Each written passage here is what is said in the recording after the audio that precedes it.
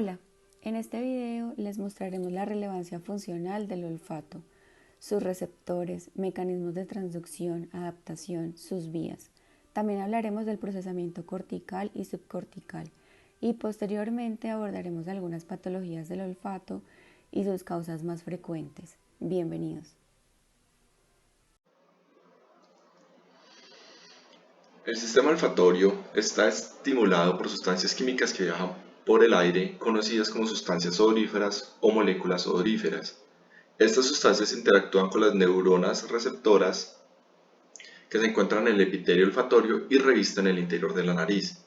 La percepción de las sustancias odoríferas depende mayormente de su concentración en el aire. Los humanos tendemos a ser más sensibles a ciertas moléculas que a otras. Por ejemplo, solo se necesitan 10 moléculas por 1000 millones de ozono para que lo notemos, mientras que se requieren 2000 moléculas por millón de etanol para que suceda lo mismo.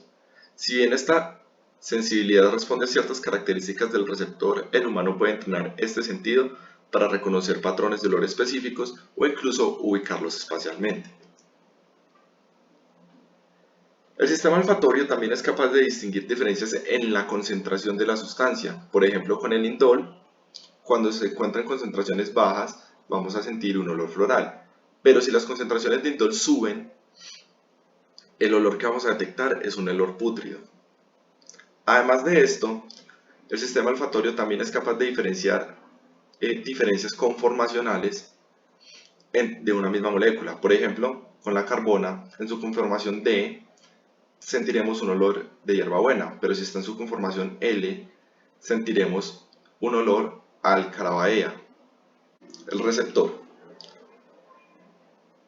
El epitelio olfatorio recubre el 50% de la superficie de la cavidad nasal y está compuesto por neuronas y células de sostén. En cuanto a la porción neuronal, está compuesta de diferentes clases de neuronas, siendo las más importantes las neuronas receptoras maduras. Estas neuronas tienen en su parte basal un axón que se va a conectar con el bulbo olfatorio. Este axón es amielínico y es muy delgado. Además, en su superficie apical da origen a una sola proyección dendrítica que se expande en forma de botón llamado botón olfatorio, que a su vez desprende varias microvellosidades denominadas cilios olfatorios. Estos cilios olfatorios van a estar recubiertos de moco. La mucosa va a desempeñar un rol muy importante protegiendo las neuronas olfatorias y regulando el medio iónico para que la función de los cilios se dé apropiadamente. Las neuronas olfatorias, como tienen exposición directa a las sustancias olfativas, van a estar también expuestas a contaminantes y demás exógenos que pueden ser potencialmente nocivos.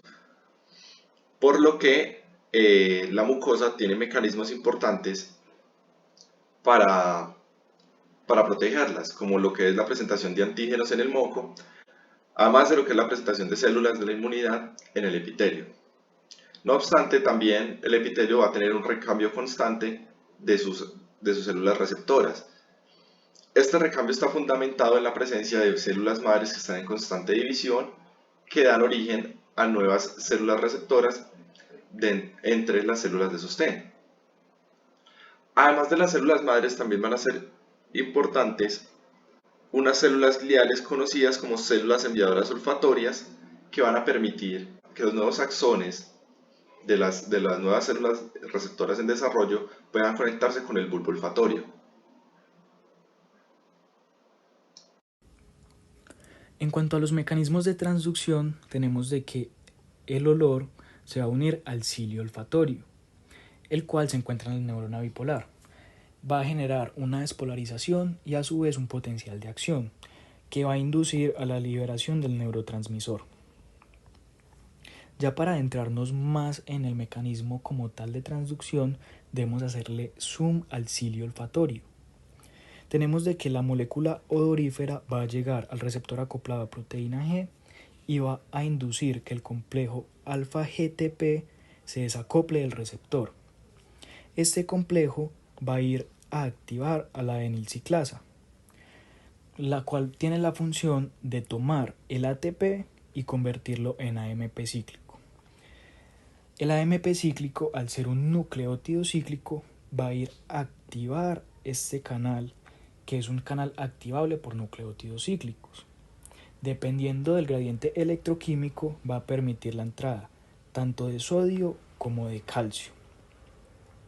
Las funciones del calcio van a ser las siguientes: ir a acoplarse a canales activables por calcio para permitir la salida de cloro según el gradiente electroquímico. Y también va a tener un papel fundamental en el intercambiador sodio-calcio. Es decir, va a permitir que entren 3 sodios y que salgan un calcio. Al entrar tanto sodio va a generar un potencial de receptor excitatorio, que si es suficiente y genera una despolarización significativa, va a generar un potencial de acción, lo cual va a permitir que el neurotransmisor se libere en el bulbo olfatorio. Hola, ¿cómo están? En esta parte vamos a hablar sobre la adaptación en el olfato. Sabemos que las adaptaciones pueden ser anatómicas, moleculares o sinápticas. Sin embargo, cuando hablamos de olfato, la adaptación anatómica pues no está presente como si lo está en otras especies animales. Entonces nos vamos a basar en la sináptica y en la molecular. Hablando de la sináptica, entonces tenemos como tal el receptor olfatorio, la vía. Llegamos hasta el bulbo olfatorio y en el bulbo olfatorio nos vamos a encontrar que las células mitrales o en penacho van a tomar caminos distintos, 5 caminos distintos, dependiendo de lo que se quiera lograr. Entonces tenemos el núcleo olfatorio anterior, la amígdala, el tubérculo olfatorio, la corteza piriforme y la corteza entorrinal, como ya lo explicamos. Pero para esta parte de la adaptación sináptica nos vamos a enfocar en los núcleos olfatorios anteriores, que vendrían siendo estos de acá. Entonces, cuando la señal llega con mucha intensidad, em, las células granulares eh, van a causar como una activación retrógrada contralateral para inhibir a las células mitrales y a las células en penacho y hacer que éstas respondan menos a los estímulos contralaterales. Pero esto se da gracias a los núcleos olfatorios anteriores porque ellos permiten hacer esta decusación retrógrada. Bueno, eso por la parte de la adaptación sináptica. Y como tal, en la adaptación molecular, pues esta imagen la sacamos del borón y pues a grosso modo sabemos que la importancia como tal en la vía del calcio cuando entraba por los canales catiónicos era aumentar la sensibilidad y la apertura de estos canales de cloro para la salida de cloro y así que la despolarización fuera mayor. Pero el calcio también tiene un papel muy importante en la adaptación y es disminuir la sensibilidad como tal de esta vía. Entonces, este calcio va a disminuir tanto la sensibilidad de este canal catiónico al AMP cíclico, eso por primera vía. En segunda instancia va a disminuir la preferencia, no, no, ¿cómo se dice? La afinidad de este ATP por esta anilato ciclasa, entonces esto va a disminuir la concentración de MP cíclico y en última instancia va a disminuir la afinidad de este receptor acoplado a proteína G por las moléculas aromáticas. De esta manera tendríamos también una adaptación molecular que disminuiría el estímulo. La vía olfatoria comienza con los nervios olfatorios que se encuentran en la membrana mucosa olfatoria. Esta está localizada en el techo de la cavidad nasal. De ahí los nervios pasan a través de los agujeros de la membrana cribosa del etmoides y van a penetrar al bulbo olfatorio. Del bulbo olfatorio se van a dirigir a través del tracto olfatorio para llegar a la sustancia perforada anterior y de ahí dividirse en olfatorio medial y en olfatorio lateral. De ahí van a hacer sinapsis a los colículos superiores del mesencéfalo para dirigirse después en la corteza olfatoria primaria, que se encuentra en la corteza periamigdalina, para de ahí tener sus conexiones con la corteza olfatoria secundaria, corteza entorrinal, para después relacionarse con el sistema límbico. Procesamiento de la información cortical. Los axones de las células mitrales van a ser el único relevo para la información olfatoria. Los axones de las células mitrales provenientes de cada bulbo formarán un haz llamado cintilla olfatoria o tracto olfatorio. Esta se dividirá en 3 estrías, lateral, media e interna. La lateral proyectará hasta los núcleos olfatorios accesorios, también hasta los tubérculos olfatorios, hasta la corteza piriforme, hasta la corteza entorrinal y hasta porciones de la amígdala. Las neuronas de la corteza piriforme responden a olores y a las aferencias de las células mitrales.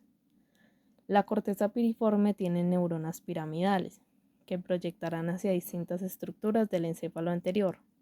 El encéfalo anterior consta de diencéfalo, el cual incluye tálamo y hipotálamo, y telencéfalo, que abarca la corteza gris, los ganglios basales, el hipocampo.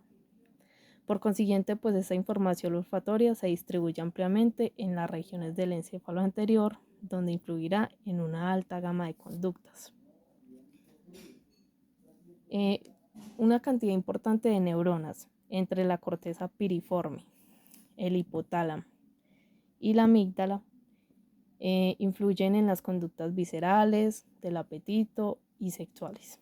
Los detalles del procesamiento olfatorio central no son claros, pero no obstante, estas vías aseguran que la información sobre los olores alcanzan distintas regiones del encéfalo anterior, lo que permitirá la percepción olfatoria influye en conductas cognitivas, viscerales, emocionales y homeostáticas. Para el procesamiento subcortical hay que tener en cuenta estructuras dianas de las células mitrales. Como dijo mi compañera, encontramos los núcleos olfatorios anteriores, el tubérculo olfatorio, la corteza piriforme, la cual la consideramos como la corteza de asociación primaria, porque a ella solo recibe aferencias olfatorias. También tenemos la amígdala y la corteza entorrinal. Hay que tener en cuenta también para el procesamiento subcortical estructuras importantes, como el hipocampo y el hipotálamo. En el hipocampo vamos a almacenar información acerca de memorias y recuerdos olfatorios que sean realmente estimulantes, que sean agradables, que haya emoción. Entonces, para guardar y evocar esas emociones, pues por lo que leemos vamos a utilizar la corteza entorrinal. Y para el hipotálamo, otra estructura importante, vamos a activarla de dos maneras. Una manera más directa, la cual nos brinda una información más rápida acerca de peligro. Y también lo vamos a activar de una manera más indirecta a través del tálamo, la cual su objetivo es más límbico y más que todo sexual. También en el procesamiento subcortical hay que tener en cuenta que del tálamo y la corteza prefrontal van a llegar aferencias a la corteza orbital frontal, que de nuevo se regresa al sistema límbico y hace como un círculo de aferencias e información. En esta imagen observamos 3 resonancias magnéticas de un corte coronal del encéfalo, mostrándonos en la primera imagen la corteza orbitofrontal, en la segunda la corteza piriforme y los bulbos olfatorios, y en la tercera la amígdala. Esta activación de estas estructuras se dio gracias a una presentación de olores placenteros y de alta intensidad. Las personas con trastornos del olfato pueden sufrir pérdida, disminución, distorsión o alucinación en la capacidad de oler. Entre estos tenemos la hiposmia, que es una reducción de la capacidad de recibir olores, pero si se presenta en personas mayores de 50 años, puede estar asociada a Alzheimer, ya que se atrofian las cortezas olfatorias. En anosmia Se presenta la ausencia de olfato, puede presentarse por sinusitis crónica, lesión en el epitelio olfatorio, también por causa de un trauma o también por el uso y consumo de drogas como la cocaína. En parosmia es una percepción distorsionada de los olores. En alucinaciones olfatorias encontramos que la percepción de olores sin que exista un estímulo oloroso. Y por último encontramos cacosmia, que es donde todo huele mal y se puede presentar de manera subjetiva, donde el paciente piense que todo huele mal, pero se presenta por epilepsias al tener irritación de las cortezas olfatorias, o de manera objetiva, donde evidentemente algo huele mal, pero solo el individuo lo detecta. Muchas gracias por su atención.